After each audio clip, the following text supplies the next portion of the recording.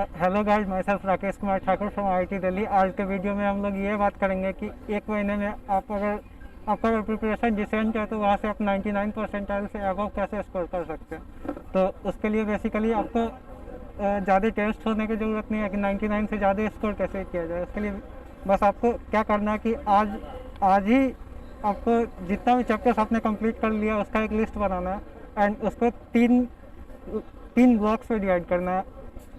और वो तीन ब्लॉक्स में सबसे पहला ब्लॉक जो होगा वो होगा गुड, दूसरा वेरी गुड एंड तीसरा मॉडरेट। बिकॉज मैं मान के चल रहा हूँ कि आपने डिसेंट तैयारी की है, इसलिए मैं ये मान के चल रहा हूँ कि आपका कोई भी चैप्टर भी वीक नहीं होगा। वैसे अगर कोई चैप्टर अगर वीक हो, एक दो चैप्टर्स अगर हो तो आप उसे बिल्कुल छोड़ दीजिए। ऐसा नहीं करना है कि उस दो चैप्टर्स के चक्कर में आप बाकी के जितने भी अच्छे चैप्टर्स हैं उसे छोड़ के उस दो चैप्टर के पीछे लगे हुए।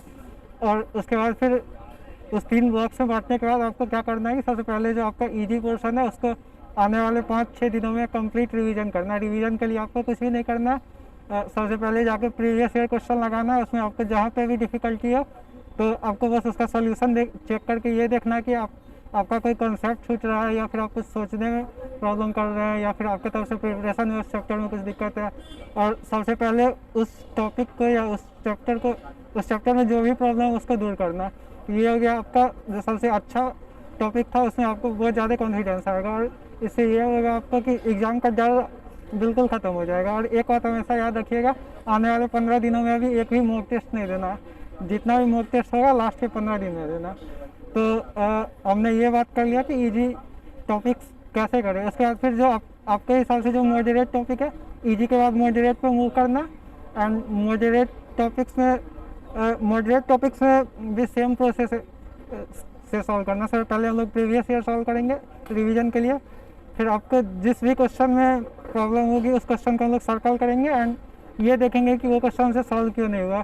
तो क्वेश्चन सॉल्व नहीं होने का दो कारण हो सकता है, या तो आप वो टॉपिक्स भूल गए हैं रिवीजन की कमी के कारण, या ये हो सकता है कि वो टॉपिक्स आपको कभी आता ही नहीं था, या और कई सारे कारण हो सकते हैं। तो जो भी कारण रहा, अगर आपको लग रहा है कि हम उस परेशानी को दूर कर सकते हैं तो सबसे पहले उसी परेशानी को दूर कीजिए एंड उस मॉडरेट को ट्राई कीजिए कि एक गुड चैप्टर में कन्वर्ट हो जाए या वेरी गुड चैप्टर में कन्वर्ट हो जाए।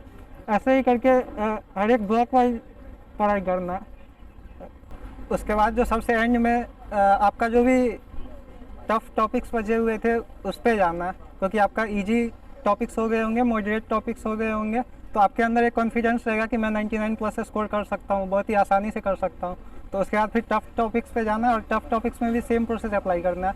सबसे पहले जा करके आपको प्रीवियस ईयर सॉल्व करना है और प्रीवियस ईयर कंप्लीट होने के बाद आपको जहाँ पे भी डिफ़िकल्टीज आई हो तो ये चेक करना है कि आपको डिफ़िकल्टी क्यों आई है।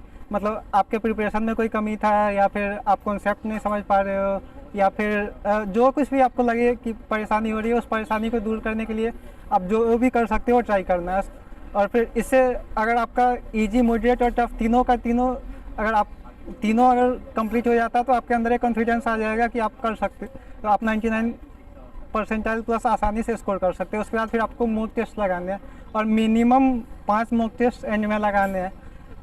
मॉक टेस्ट का टाइमिंग आपको अगर आपके जेईई मेंस की टाइमिंग के साथ अगर मैच करता है तो बेस्ट रहेगा, क्योंकि इससे ये होता है कि फिजिकल टाइमिंग आपका मैच कर जाता है एग्जामिनेशन के साथ। इसलिए एग्ज़ाम देने टाइम में आपको ऐसा नहीं फील होता है कि मैं मतलब कुछ अलग कर रहा हूँ, आपको हमेशा ऐसा ही फील होता है कि मैं बस एक मॉक टेस्ट दे रहा हूँ। तो अगर ये सारे कंप्लीट हो जाए तो फिर आपको मैक्सिमम 20 डेज में ये सारी चीज़ कंप्लीट करने हैं। 5 मॉक टेस्ट, आपका जो इजी पोर्शन था उसका रिवीजन, आपका जो मॉडरेट पोर्शन था उसका रिवीजन एंड आपका जो टफ पोर्शन था उसका रिवीजन। उसके साथ जो भी डिफ़िकल्टीज आ रही थी इस तीनों पोर्शन में, यानी कि वीक पोर्शन में, टफ पोर्शन में एंड मॉडरेट पोर्शन में, उसको रिमूव करना।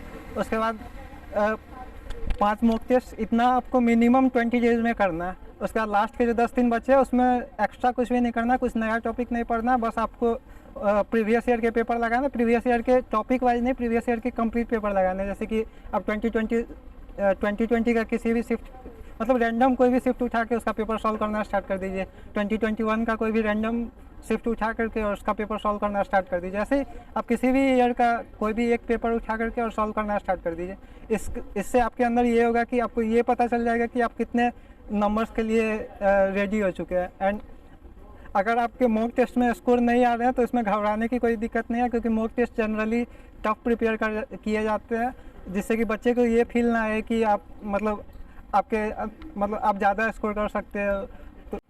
तो इसी के साथ मैं आज का वीडियो यहाँ पे समाप्त कर रहा हूँ। अगर आपको कहीं पे भी कोई भी परेशानी हो, स्ट्रेटजी से रिलेटेड कुछ भी परेशानी हो, तो आप मुझे कॉल कर सकते हैं। मैं अपना नंबर डिस्क्रिप्शन में डाल रहा हूँ। Okay, thank you, bye bye.